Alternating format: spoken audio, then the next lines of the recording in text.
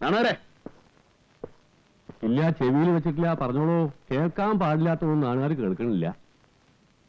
നല്ല ക്ഷീണമുണ്ട്, ചൂടുവെള്ളം വേണം, വിസ്തരിച്ചൊന്ന് കുളിക്കണം. ഇന്നിനി ഒരു പരിപാടിയുമില്ല. നല്ല ഭക്ഷണവും കഴിച്ച് ഒരു ലാർജ് പഠിച്ച് സുഖമായിട്ട് കിടന്ന് ഉറങ്ങാ. വേണ്ടല്ലേ? അപ്പോഴേ ഉറങ്ങണോ വേണ്ടെന്ന് പിന്നെ തീരുമാനിക്കാം. ഒരു കത്തുണ്ട്, അമ്മയുടെ കാണുന്നു തോന്നുന്നു.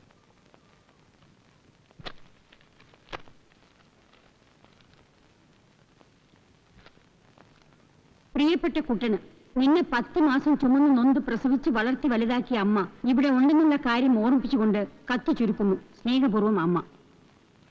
അറസ്റ്റ് വാറന്റാണോ? ജാമ്യമില്ല വാറന്റാണ്. പെട്ടിയെടുത്ത് വയ്ക്ക്, നാട്ടിലേക്ക് ഉടനെ പോകണം.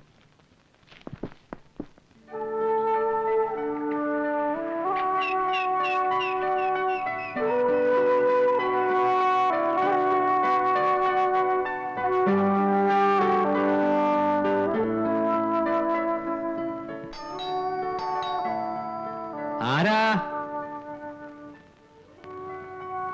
ആരാ? എന്നെ മനസ്സിലായില്ലേ? നല്ല പിടി കിട്ടിയില്ല. ഞാനിവിടെ 2-3 പ്രാവശ്യം വന്നിട്ടുണ്ട്. രാഗിണി. അപ്പോഴൊക്കെ നാണുനായർ എനിക്ക് ചോറ് വിളമ്പി തന്നിട്ടുണ്ട്.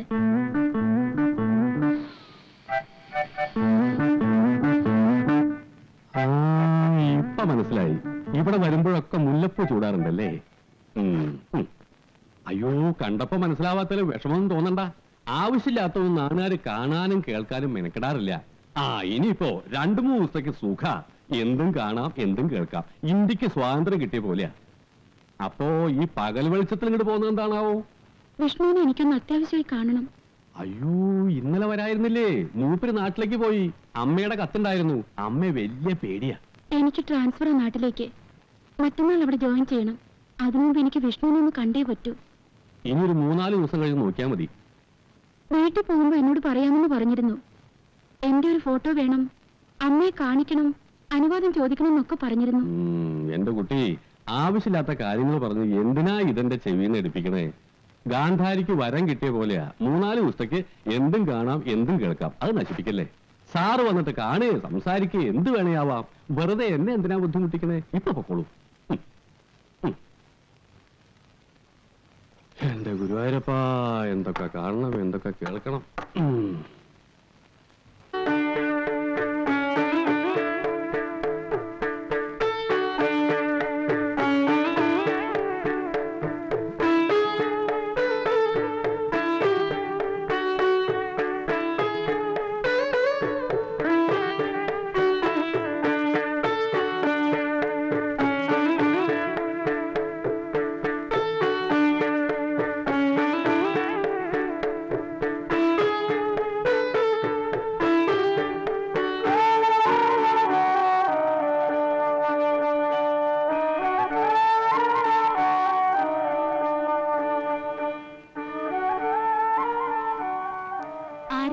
വിഷ്ണു ഉറങ്ങാണെന്ന് തോന്നുന്നു.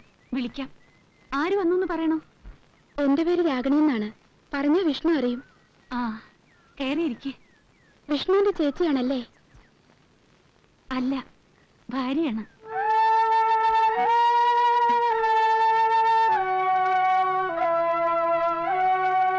അല്ല, ഭാര്യയാണ്.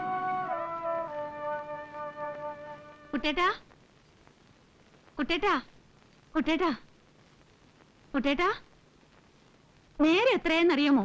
കുട്ടേട്ടാ, എന്തൊരു ഉറക്കായത്? എങ്ങനെയുണ്ടോ? എന്തായി കാണിക്കുന്നേ?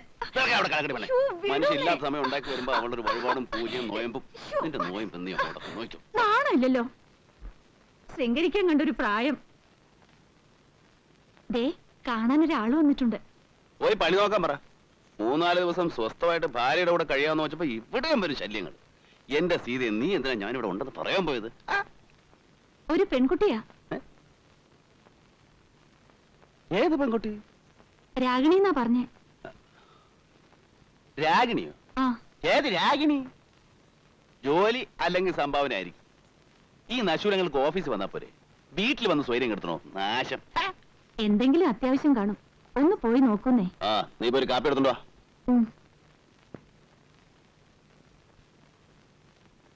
ഈശ്വര, പരീക്ഷിക്കരുതേ.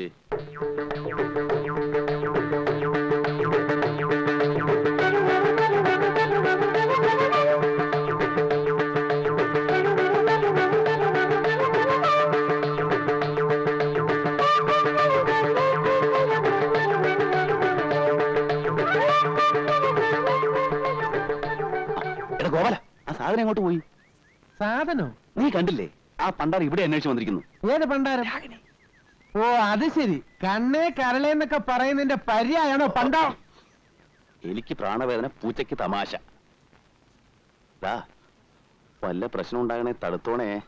നിനക്ക് ഞാൻ പുതിയൊരു ഷർട്ടും പാന്റും വാങ്ങിച്ചു തരാം. വാക്ക് പറഞ്ഞ വാക്കായിരിക്കും. ആ, കുട്ടേട്ടാ, കുട്ടേട്ടാ, ആ കുട്ടി പോയോ? ഏത് കുട്ടി? നീ വല്ല സ്വപ്നവും കണ്ടതായിരിക്കും സീതേ. ഇവിടെ വന്ന് നോക്കിയപ്പോ ഒരു കുട്ടിയുമില്ല, ചട്ടിയുമില്ല. ആ കുട്ടി ഇവിടെ ഇരിക്കാൻ പറഞ്ഞിട്ടാ ഞാൻ അകത്തേക്ക് വന്നത്. രാഗിണി എന്ന് പറഞ്ഞ കുട്ടേട്ടനെ അറിയുന്നു. ഞാനും അറിയാലോ. കൊള്ളാം. വെളുത്തിട്ട് കാണാൻ നല്ല തറവാടിത്തുള്ള കുട്ടിയാ. 10-22 വയസ്സേ ഉള്ളൂ. നീ അറിയോടാ? ഏയ് വല്ല കള്ളികളും ആയിരിക്കും. ഇപ്പൊ പല വേഷത്തിലും പേരിലും നല്ല തറവാടുത്തുള്ള കള്ളികൾ ഇറങ്ങിയിട്ടുണ്ട്. കഴിഞ്ഞ ആഴ്ച മറ്റേ ആ തമിഴന്റെ വീട്ടില് ഇതേപോലെ തറവാടുത്തുള്ള ഒരു സ്ത്രീ പേരും നാളും ഒക്കെ പറഞ്ഞു വന്നതാ. കുറച്ച് കഴിഞ്ഞപ്പോ ടി വി ഇല്ല, ടേപ്പ് റെക്കോർഡറും ഇല്ല. കയ്യിൽ ഒതുങ്ങിയതൊക്കെ അടിച്ചോണ്ട് പോയി. ഇക്കാലത്ത് സ്വന്തം ആൾക്കാരെ പോലും വിശ്വസിക്കരുത് ചേച്ചി, അല്ലേ സാറേ? അതെ അതെ അതെ. ആ. നീ പോയി സാധനങ്ങൾ വല്ലതും പോയിട്ടുണ്ടോ നോക്ക്. ചെല്ല്. എന്റെ ഈശ്വര, ചതി പറ്റിയോ? എടാ, നിന്നെ സമ്മതിക്കണം. നിന്റെ വായിൽ എങ്ങനെയാടാ ഇത്രയും പെട്ടെന്ന് ഇത്രയും വലിയ നുണകൾ വരുന്നേ? സത്യം മാത്രം പറഞ്ഞ് ശീലിച്ചിരുന്ന എന്നെ ഈ പരുവത്തിലാക്കിയ മറ്റാരുമല്ല, സാറ് തന്നെയാ. അപ്പൊ എന്റെ പാന്റിന്റെ ഷർട്ടിന്റെ കാര്യം മറക്കരുതേ. പോയി വണ്ടി കേടാ. ആ ടീച്ചറെ സൂക്ഷിച്ചോ, പെണ്ണിറഞ്ഞ മൂർഖം പാമ്പ. എപ്പോഴും ചേച്ചിക്ക് ഈ ഗോപാലൻ ഉണ്ടാവില്ല. അവൾ ഇത് 1-ാം ക്ലാസ് ഒന്നും അല്ല, ഇതിനു മുമ്പ് പല ക്ലാസ്സുകളിലും പഠിപ്പിച്ചിട്ടുള്ളതാ. നീ പോയി വണ്ടി കേട്. ചെല്ല്.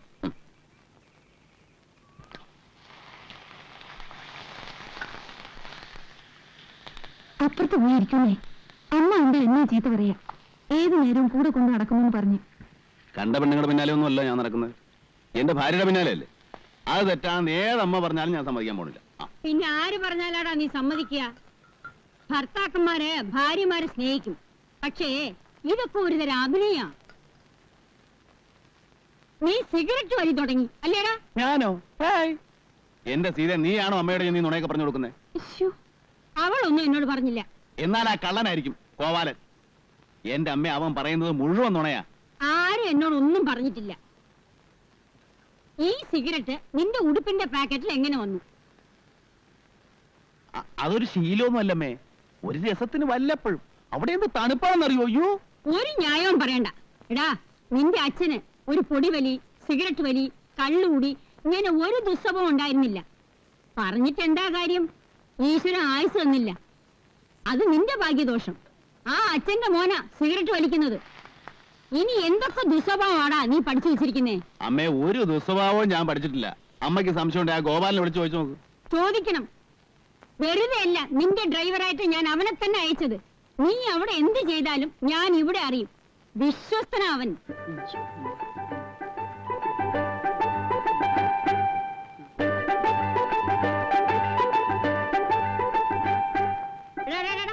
നിക്കടവിടെ. എന്തോന്നാടാ എന്നെ കണ്ടോണ്ട് അവിടെ ഒന്ന് പരുങ്ങുന്നു? ഒന്നുമില്ല, കൊച്ചമ്മയ്ക്കൊരു ശല്യാവണ്ടെന്ന് കരുതി പോയതാ. ആ, എനിക്ക് നിന്നോട് ചില കാര്യങ്ങൾ ചോദിക്കാനുണ്ട്. നീ ഇങ്ങോട്ട് കയറിയിരിക്കെ. അയ്യോ, ഞാനിവിടെ നിന്നോളാം. കൊച്ചമ്മയുടെ മുന്നിൽ ഇരിക്കാനുള്ള കുരുത്തക്കേട് ഗോപാലിനില്ലേ?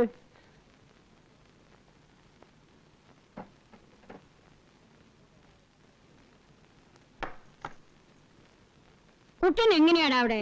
എങ്ങനെയെന്ന് ചോദിച്ചാ? ആ, സമയത്തിന് ആഹാരം കഴിക്കുന്നുണ്ടോ? വേണ്ടാത്ത കൂട്ടുകെട്ടുകളോ ദുസ്വഭാവം വല്ലതും ഉണ്ടോ?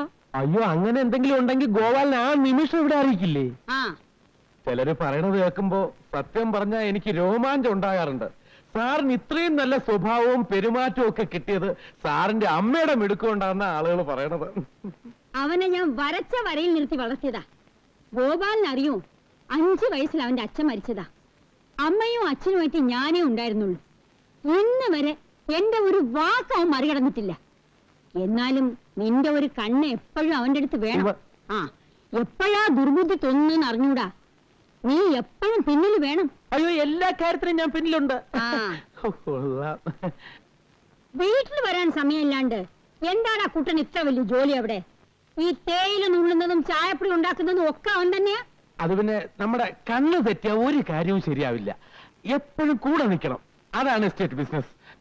എന്റെ കൊച്ചമ്മ, സത്യം പറയാലോ, സാറ് ജോലി ചെയ്യുന്ന കണ്ടാ കഷ്ടം തോന്നും. പാവം, കാലത്ത് 6 മണിക്ക് ഓരോന്നുമായിട്ട് ഇറങ്ങിക്കഴിഞ്ഞാൽ രാത്രി 8 മണിക്ക് ക്ഷീണിച്ച് അവസനായിട്ടാ വരുന്നത്. അതുവരെ എസ്റ്റേറ്റും ഓഫീസും ജോലിക്കാരുമായിട്ടുള്ള മൽപ്പിടുത്തവും. ഓ, ഇങ്ങനെ കഷ്ടപ്പെടേണ്ട വല്ല കാര്യമുണ്ടോ അവന്?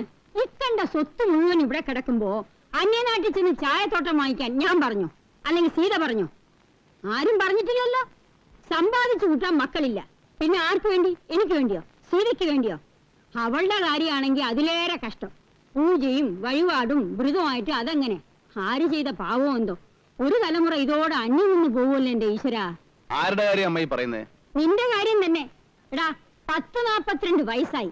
ഇനിയെങ്കിലും വീട്ടിൽ അടങ്ങി ഒതുങ്ങി ഇരുന്നൂടെ നിനക്ക്? അയ്യോ കൊച്ചമ്മ എത്ര വയസ്സെന്നാ പറഞ്ഞത്? 42. എന്റെ അമ്മോ. അമ്മ വെറുതെ പറഞ്ഞ് എന്റെ വയസ്സനാക്കല്ലേ അമ്മേ. പിന്നെ നിനക്ക് എത്ര വയസ്സായി എന്നാ വിചാരം? 48 ജനുവരിയിൽ ഉള്ളതാ നീ. 90 ജനുവരിയിൽ 42 വയസ്സായി. നരച്ച മുടിയും മീശയും കറുപ്പിച്ചെന്ന് വെച്ച് നീ കൊച്ചു കുട്ടിയാവൂ? എന്ത് കേട്ടിട്ടാണ് ചിരിക്കുന്നേ? കഴുതേ.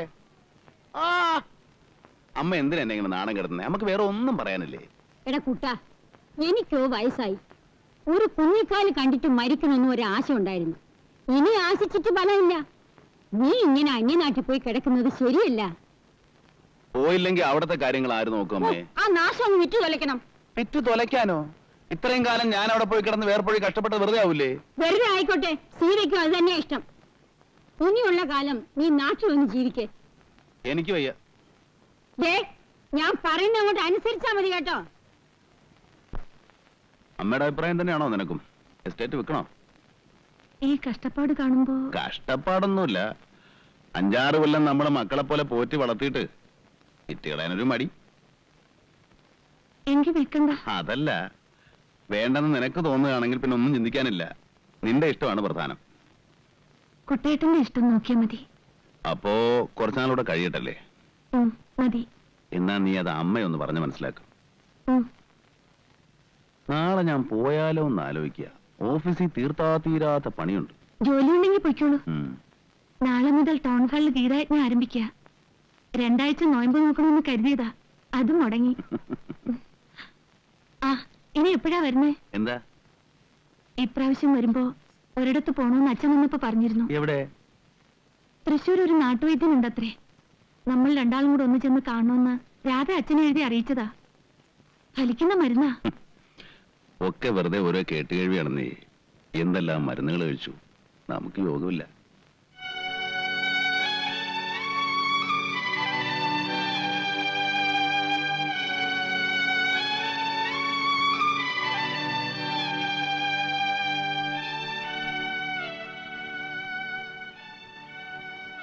ഞാനൊരു കാര്യം ചോദിച്ചാ ദേഷ്യപ്പെടൂ? പറയ്.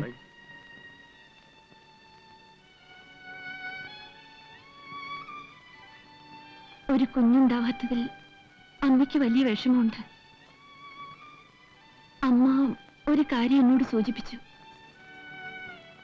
ആലോചിച്ച് നോക്കിയപ്പോ അതിൽ തെറ്റൊന്നുമില്ല. എനിക്ക് സന്തോഷമേ ഉള്ളൂ. വളച്ചേട്ടത് കാര്യം പറയ്. കുട്ടികൾ ഉണ്ടാവുമെന്നുണ്ടെങ്കിൽ ഒരു ഒരു ഒരു ബന്ധം കൂടി ആവുന്നതിൽ എനിക്ക് വിരോധമില്ല. നിനക്ക് എങ്ങനെ മനസ്സ് വന്ന് സീത ഇത് പറയാൻ? വേറൊരു സ്ത്രീയെ അങ്ങനെ നമുക്ക് കുട്ടികൾ ഉണ്ടാവണ്ട. നിനക്ക് ഞാനും, എനിക്ക് നീ. അത് മതി.